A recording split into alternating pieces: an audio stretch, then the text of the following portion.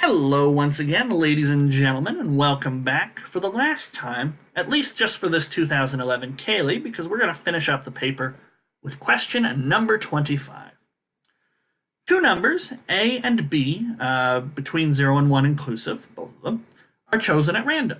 So it looks like a probability question, maybe. The number C is defined by C is, I don't know why they're writing it that, but let's say 2A plus B, okay? The numbers A, B, and C are each rounded to the nearest integer. Okay. To give capital A, B, and C respectively. For example, if A is 0.432, B is 0.5, and C is 1.864, A would round down to 0. They're saying 0.5s round up, so we'll round to 1. And C will be 2, because we would round that up to 2. Okay. What is the probability that capital C is 2A plus B? Okay. So how can we do probability with a sort of a continuous interval of numbers? Usually, when you do a probability question, especially on a high school math contest, you count some number of things and divide by some other number of things. But you'll have an infinite number of possible A's and an infinite number of possible B's. So how do you approach a question like that? Well, common trick is to shift to geometry and talk about area, and have area and probability be quite nicely linked. So one thing we could do is we can sort of imagine a square sitting here on the XY axes, with unit distance on both sides, and we'll have the A values be down here and the B values be up here. And so any point inside this square represents a particular A and B that we might be curious about. And so what we'd like to do is sort of come along and shade in all the possible areas, all the possible sets of points, because there'll be tons of them, that have the specific property that they're asking for. And so here I'm shading in an octagon. And so if all the points in this octagon, and exactly these points inside this octagon, gave us what we wanted in terms of C, then the probability will be this octagon's area divided by this circle's area, not circle, square's area, which is already 1, because it's a 1 by 1 square. Okay? So I don't think it'll end up being an octagon shape. I suspect they'll probably be triangles, because I've seen questions like this before with time intervals. But we'll see how this actually turns out, because I've never seen this specific question before now. Okay. So first things first, let's talk about where A rounds up or rounds down. So we get sort of this dividing line at 1/2. Now, from 1/2 over up to, but not including 1, so I'll use the dash line there, A is going to be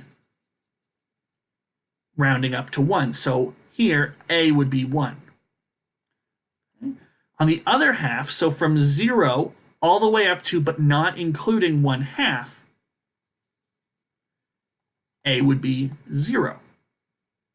Okay. And we don't really need to worry about this line over here. Of course, there is a single solid line where A rounds to... No, wait, no, A is always 1 there. Yeah, never mind. No, just ignore me, I'm crazy. And we get the same sort of story with B. At exactly 1/2 and above, B would be 1. And we'll use the cyan. But below 1/2, so we'll use the dotted lines to say no, not exactly, but below, we get B is 0, capital B is 0. So now we understand these sort of ranges where we get different B's and A's. Right? Now, what about C? Well, remember, C is just twice whatever the AB is. You know, you pick a specific point, you know exactly what C is. Okay, C is just going to be twice A plus B. But what does that C round to? When is it going to round up? When is it going to round down? Okay. So we notice, down here at 0, 0, A and B are both 0.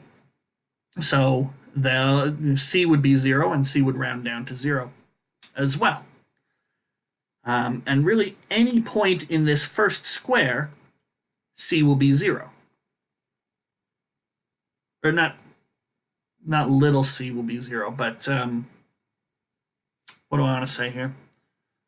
Actually, not anywhere in there c will be 0. That's a blatant lie, and I don't know why I said it.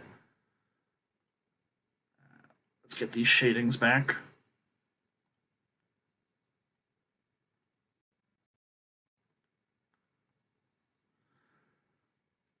There's going to reach a point in here where, because we care about a plus b, and so there'll be a point here and probably a point here. This line connecting them has equation a plus b. In fact, this line is a plus b equal 1/2. You can see because they hit the 1/2. Just like this line here is a plus b is 1, and you can get a plus b is 3/2. You notice we're starting to slowly make some triangles and things like that. Now, if a plus b is 1/2, then c would be exactly equal to 1, and so then it would round to capital C as 1. So where does c round up to? So we're actually going to need a quarter. We'll put a plus b is equal to a quarter here. Now, further out than this, c will have a value of 1. And it'll have a 1 all the way up here. But where does c change? So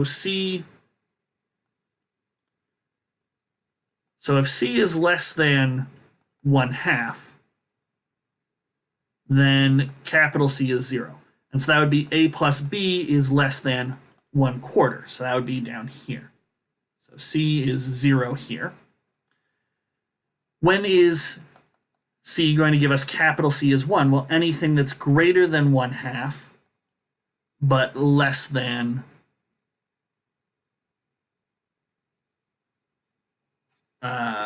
oops, that should be a C. I was wondering what was up there. Anything that's less than 3/2. Because otherwise 3/2 would round up to 2. And so that's going to mean that a plus b, because that's a plus b is c over 2. So we've got to be between a quarter and 3/4. So that would be this line right here.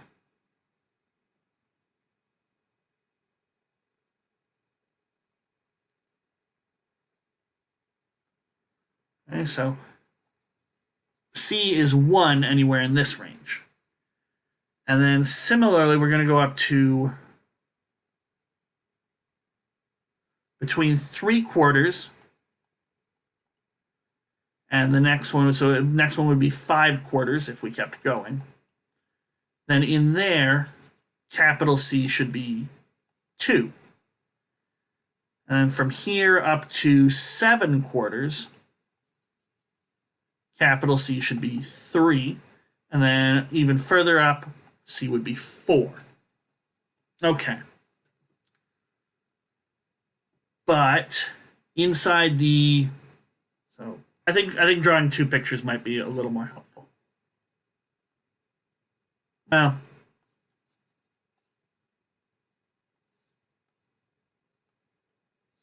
there's one square, there's another square. So the values of C are sort of cutting across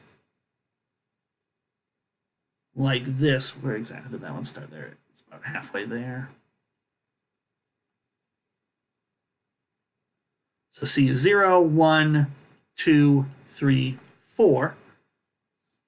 But the capital A and the capital B are a little different. So capital A is 1 here, B is 0. And so that would mean C is 2 down here. A0, B0, C0. A0, B1, C2 once again. And then A1, B1, C would be 4. So we care about this triangle, because that's going to be wholly inside here. We care about this triangle. And we care about sort of these corridors inside these squares. And they should be basically the small squares minus 1, 2 of these little triangle shapes. Yeah.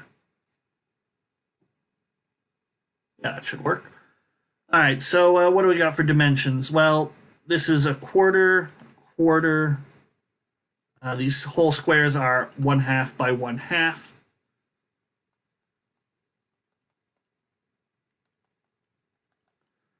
So we've got, so the sections where it's 2, this section here and this section here are going to be 2 full squares minus 2 of the little corners.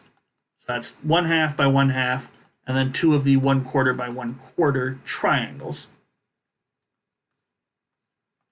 So that's 2, a half times a half is a quarter, minus 2 length time, or 1/2 base times height. We'll get 2 1/4 minus 1/16. So that gives me the middle section where C is equal to 2. And then C equals 0 and C equals 4. Those are both just 2, those are each 1 copy of the little triangle. So putting them together, I got 2 of those. And so that'll be 1/4 times 1/4, also 1/16. So I'll get 1/2 minus 1/8, and then plus 1/16. So putting it all in terms of sixteenths, 8/16 minus 2/16 plus 1/16. That'll be 7/16 should be the area, and therefore should be the probability, because remember the original square, we'd have to divide by its area, but its area is 1. So it's technically 7/16 out of 1, but it's just 7/16. And that is there at the, sort of almost at the end, gives us an answer of D. All right, so that wraps up question 25. You usually don't see probability in terms of geometry and area on high school level contests. So that was kind of a fun question. It's a useful technique, not particularly, especially useful, as I say, on high school level contests, but you do see it the odd time. It used to be a bit more common, I think, with back with older sort of Euclid papers, back when grade 13 existed. It's nice. It's nice to know that not every probability question is one counting problem divided by another counting problem. So very nice. I liked the 2011 Cayley.